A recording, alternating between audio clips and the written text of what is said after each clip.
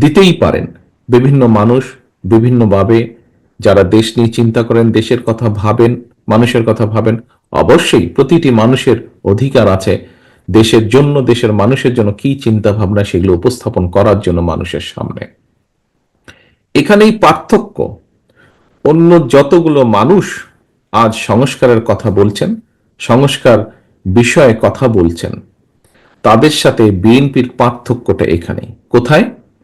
BNP স্বৈরাচার যখন অস্ত্রের জোরে ক্ষমতা দখল করে রেখেছিল, যখন মানুষকে, আমাদের শত শত নেতা কর্মীকে গুম খুনের মাধ্যমে, গুম খুন করার মাধ্যমে ক্ষমতা ধরে রেখেছিল, যখন দেশের লক্ষ লক্ষ মানুষের উপর অত্যাচার নির্যাতন চালিয়ে মানুষের ভোটের অধিকারকে হরণ করে ক্ষমতা দখল করে রেখেছিল, তখন তার সেই রক্ত চক্ষুকে উপেক্ষা করে বাংলাদেশ জাতীয়তাবাদী দল দেশের মানুষের সামনে 31 দফা উপস্থাপন করেছে।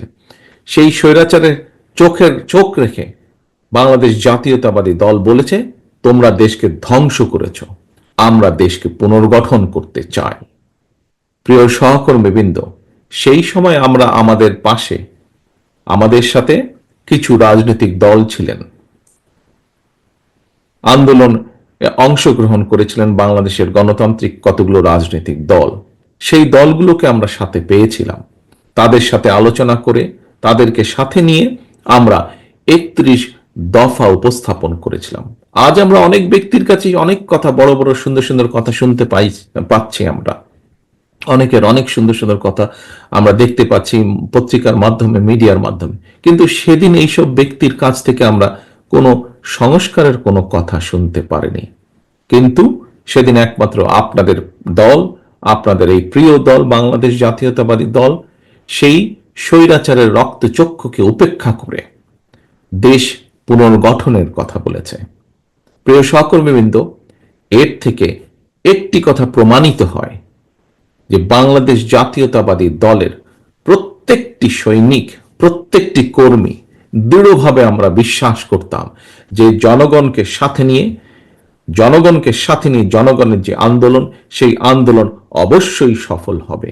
এবং এই দৃঢ় বিশ্বাস ছিল বলেই, আমাদের ভিতরে এই দৃঢ় বিশ্বাস ছিল বলেই আমরা আজ থেকে 2.5 বছর আগে সংস্কার প্রস্তাব উপস্থাপন করেছিলাম, করতে আমরা সক্ষম হয়েছিলাম।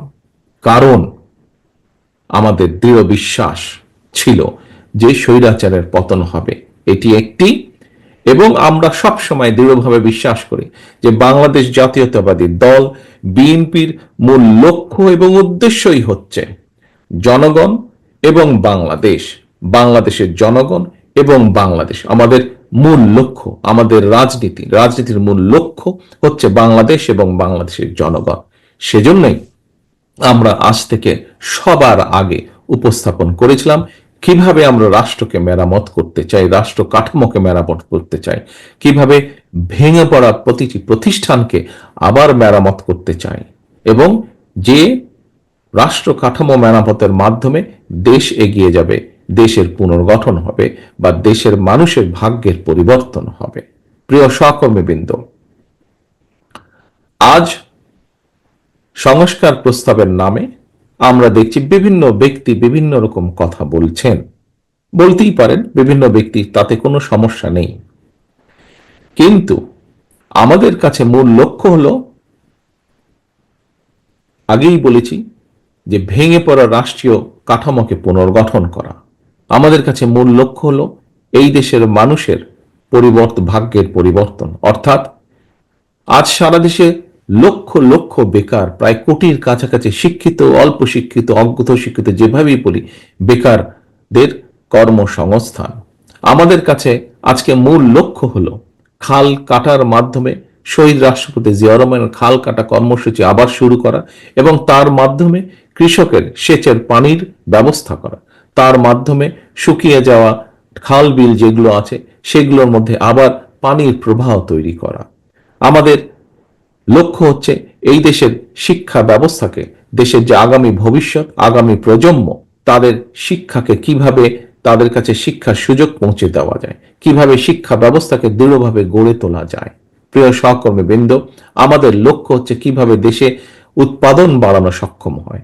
আমাদের লক্ষ্য হচ্ছে কিভাবে দেশে নারীদের কর্মসংস্থান, একই সাথে নারীদের ক্ষমতায়ন করা সম্ভব হয়, ক্ষমতায়ন বৃদ্ধি করা সম্ভব হয়, সেটি হচ্ছে আমাদের লক্ষ্য।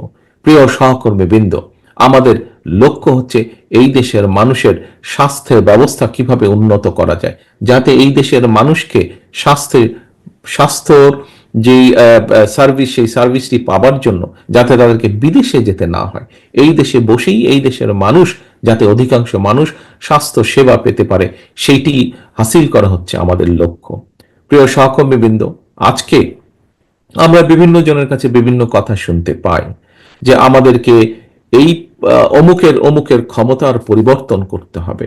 হ্যাঁ, ক্ষমতার ভারসাম্য করতে হবে, হ্যাঁ সেটি হয়তো প্রয়োজন।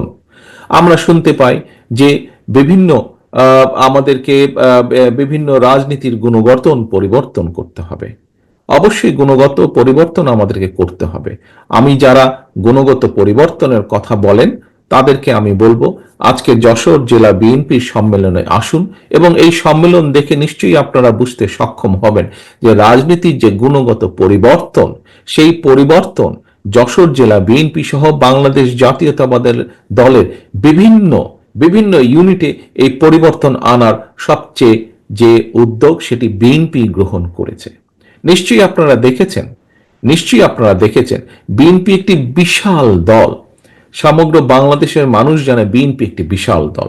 স্বৈরাচার সরকারের সময় যে খুনি স্বৈরাচার যারা পালিয়ে গেছে এই দেশ থেকে, তাদের সময়ে বিএনপির লক্ষ লক্ষ নেতাকর্মীর নামে মিথ্যে গায়েবী মামলা দেওয়া হয়েছিল। আমি নিশ্চিত আজকে আমার সামনে যে সকল 1616 জন কাউন্সিলর বসে আছেন, আপনারা এই 1616 কাউন্সিলর মধ্যে বোধহয় এমন কেউ বাদ নেই যার নামে না হলেও একটি মিথ্যে মামলাও নেই। নিশ্চয়ই এখানে উপস্থিত প্রায় প্রতিটি মানুষের নামে মিথ্যে মামলা, এই যে প্রায় সকলেই আপনারা হাত তুলেছেন, মিথ্যে মামলার সাক্ষী আপনারা বহন করে বেড়াচ্ছেন। প্রিয় সহকর্মী বৃন্দ,